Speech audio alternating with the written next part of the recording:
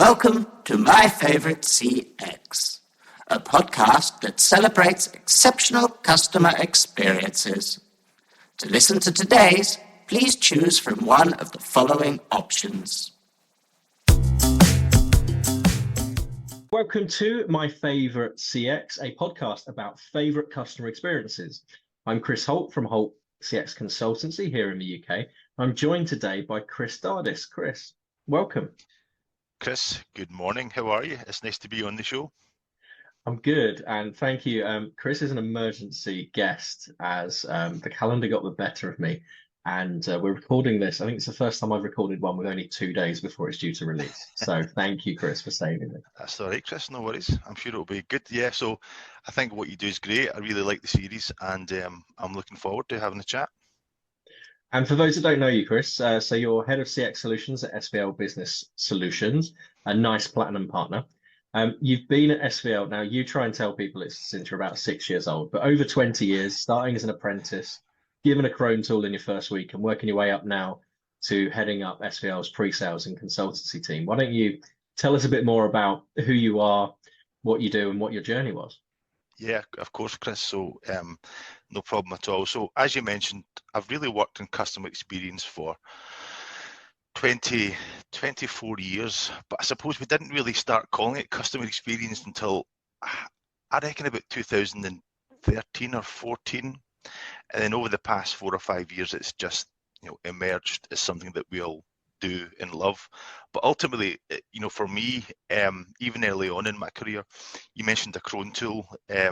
I was an engineer when I first started, so it was on sites, deploying stuff, getting your hands dirty.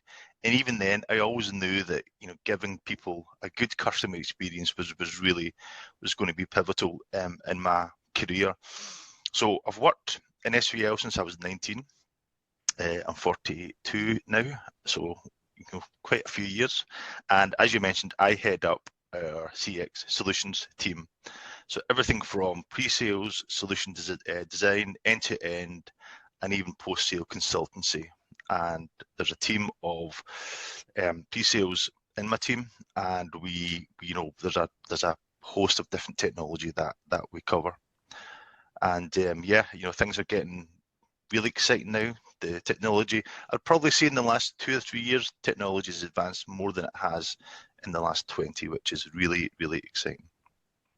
It certainly feels like the last few years that the underlying infrastructure for technology has caught up with the ideas. So I think there's always been grand ideas and like early chatbots and like early analytics. And I remember I was at Zoom last week and someone said, "Oh, I started work on Simon wallboards." And everything used to be like individual aspects of a solution. And it was, I remember my Avaya days, the amount of servers we had and the different services you had to have, and it always seemed so complex. And I think everything is a lot more attainable now. The data layer is more attainable, and the amount of processing we now have certainly made it more exciting. It has, Chris, and I think despite that, it is fascinating how in some cases the actual adoption of those types of technology is still fairly primitive with a lot of clients. So we still see a lot of legacy on-premise stuff, and people still making that transition to cloud. Forget about AI and kind of what that side of it. We've got clients today who are still struggling to get their head around the fact that they don't have to have huge deployments for technology.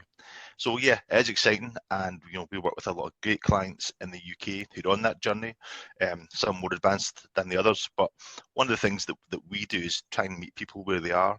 We get that not everybody can jump straight into AI from day one. So you have to treat those clients slightly differently and make sure that you're providing them with a great customer experience, regardless of where they are on that transformation. I think that's really fair because there's no right approach with this. It depends on the business itself. There'll be some that, if their data is very accessible, they could go straight into conversational AI and really uplift their customer experience a couple of generations. But where you've got fragmented data, fragmented processes, Sometimes that takes time. Sometimes you need to go baby steps and really build that foundation. Yeah, you do, Chris. And I suppose one of the biggest things that I say to people is that organizations who are in that position have probably spent the last 20 or 30 years integrating rather than innovating, right? And that's the thing that I try and get across, is that when you start to think about it differently, it just opens up Pandora's box, shall we say. It opens up a different way of thinking about how you innovate, right?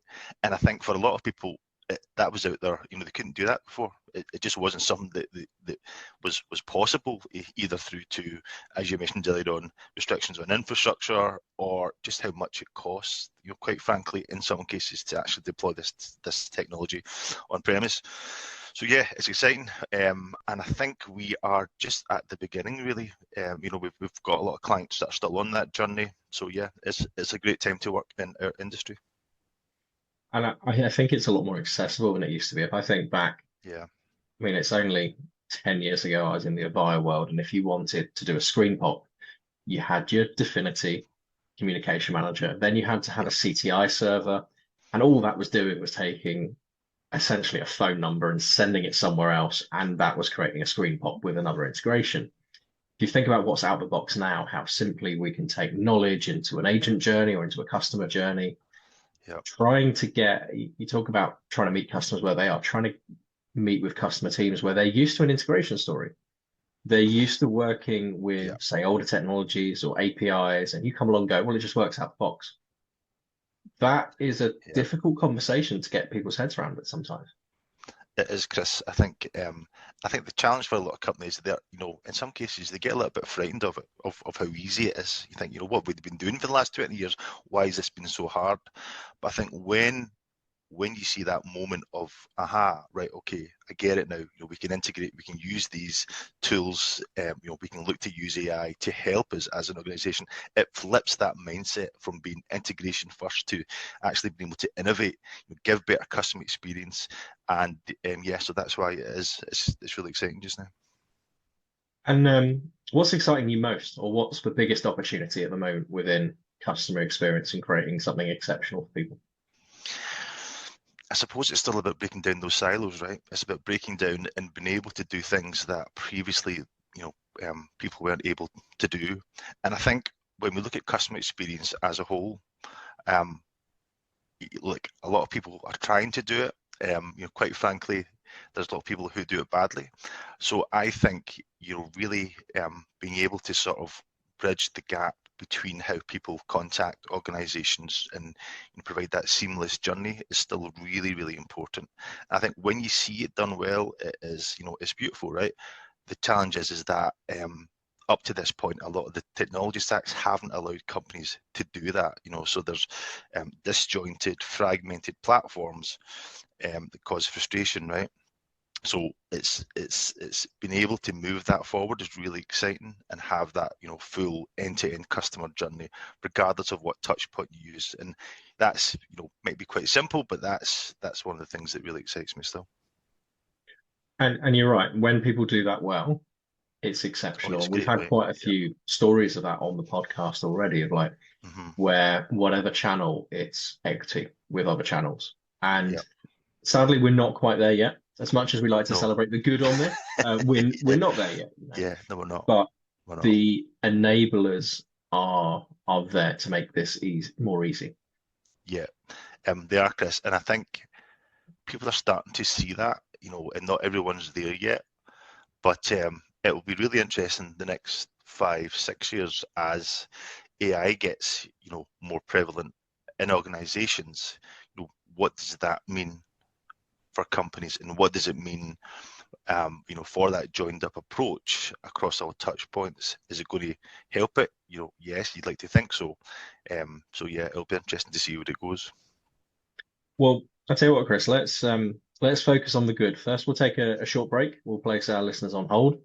We'll get them talking to Holty, see if they can have their needs serviced by our conversational bot, and then we'll come back and talk about one of your favorite customer experiences. Yeah, sure, Chris, no worries.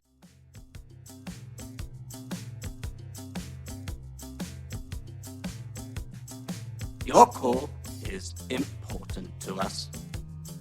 Please hold, and you will be connected to your next favorite customer experience shortly. Welcome back to my favorite customer experience. I'm joined this week by Chris Dardis from SVL Business Solutions. And before the break, we were talking about where there's potential to create exceptional now in the world of customer experience, how technology and attitudes within businesses are changing to make everything come together. Let's take a pause while my dog barks, and always live. And Chris, why don't you tell us about one of your favorite customer experiences? Yeah, of course, Chris. So I was working away from home, and as somebody yourself who works on the road, you know how difficult it can be sometimes, and the mental load of that can be quite a lot. So it's not uncommon that you would forget something. Certainly not for me. I don't know about you, but so I was working away from home. We had a long workshop on a client site. There was lots of whiteboards involved, which was really great. Lots of discussion.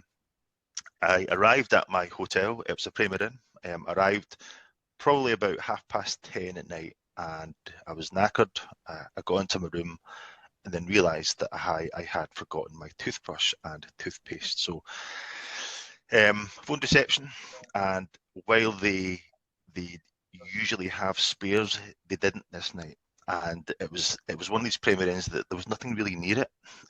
So I'm thinking, well, how do I get around this problem? Because the next day I had a meeting first thing, was really early. There wasn't any shops close by. There was nothing in the hotel, and I was like, I don't want to have furry teeth, if we're going to a meeting tomorrow, right? So the girl in reception said, look, I'm starting tomorrow. I'm starting at 6:30 tomorrow morning. And she said, and on the way to my work, I can get off a bus, I can go to a 24-hour shop, I can get you, what you need, and I'll leave it on your door for you. And I was like, oh my God, that's like, thank you so much. And so the next morning when I woke up, as described, on my door, there was a nice toothbrush, toothpaste, and a wee note from the girl saying, yeah, thanks for this, listen, on the house, don't worry about it, type of thing. So as simple as that was, it really got me out of a situation, and it just, that proactiveness for that person to think, well, actually, on my journey, I can do this, I can change, my what I do tomorrow, and actually get that for you. So yeah, it was just something really simple, but what that done to me was really show the value of that individual, but also it makes you think about the brand differently as well. So we can't underestimate that one act of one good act really can help how you feel about the brand. So yeah, I thought it was a great experience. I'm certainly with you on, especially if I've had multiple road visits consecutively. Yeah. Like I've got my travel bag of like toiletries, and yeah, there've been times I've gone from one to another and haven't realised, oh, I'm out of. It's always toothpaste. It's always toothpaste. Yeah. And It usually is. thankfully, I've always been somewhere where either they've sold it or they've given you like the micro, like tiny little tube that will get you through a day or two. Yeah. But Yeah, I think that experience clearly, the people at Premier Inn felt empowered that they could, yeah, they if did. they were 5 minutes late for work because they were helping a customer, 100%, Chris. they were absolutely empowered to do that. Yeah, and it goes from that thing about being reactive to being proactive, right? This person had an idea, they're able to sort of map out their journey for the next day, change it, to give somebody a good customer experience. And obviously we're talking about, toothpaste, but like that, it could be anything, right? It just, it was really refreshing. I mean, they've easily said, there's nothing here, we're really sorry, there's nothing we can do to help, but they didn't. They actually went above and beyond, and it just was. I remember coming home from that trip, and like the first thing I did was write an email, write a review saying this is great, and sort of share my experience, because it was really positive. Just something nice for a change, right? Yeah. And I think I normally ask people, did it influence your behaviors? And straight away you wanted to let them know thank you. And you wanted to let them know publicly 100%. with a review. 100%. And it's, I'm not an avid reviewer, right? It takes something really special for that to happen. If it's negative, I'll do it, but Unfortunately, we don't have, me personally, there isn't too many positive. There isn't too many positive experiences that you can do that with. So this was really refreshing, and as I mentioned earlier on, it just changed how you thought about the brand. What I really like there as well, and I'm actually staring at a couple of examples just past my desk. The note, the leaving of Yeah, just writing a little note. it's I've personal. got a couple from recent trips, and it's that I remember one of my friends in sales enablement was always like, guys, write your customer a postcard, write them a note, do something. It's just that extra touch of, we've not only done this for you, but I've done this for you personally here. I mean, I try not to write personal notes because my handwriting is abysmal, and I think I'll cause more harm where Who people writes are like, anymore though, right? yeah, It's a dying skill, right? it's a beautiful touch. Yeah, it was, Chris, and I think it could have made me think about what we deliver as an organisation and as a team, and having that sort of white glove approach really is what we strive to do, right? It's going the extra mile, going above and beyond, because it doesn't go unnoticed. It certainly didn't for that experience, and when I think about it, that's what I hope our customers get as well. Is going above and beyond, doing that little bit extra that makes a massive difference to customer experience. And if we think about that both from a consultancy side, but also from contact center agents as well, if those helping your customers, be they a consultant, be they an agent, be them whoever, if they feel empowered that they can and they have the autonomy to help a customer further, then that's what takes that customer from being neutral to being a promoter, to retaining a customer. We all know how hard it is to retain, or how much more expensive it is to attain new over retaining, and everything you can do there. I was reading the art of Unreasonable Hospitality recently, and they had a whole thing where they would create what they called legends, where you would create an amazing experience for someone. And I was like, why couldn't you do something to that degree in a contact center? If you're selling an insurance product and someone's going to Egypt, if it's been a great call, have a bit of budget there where you can send them a travel guide, just with a little note in it.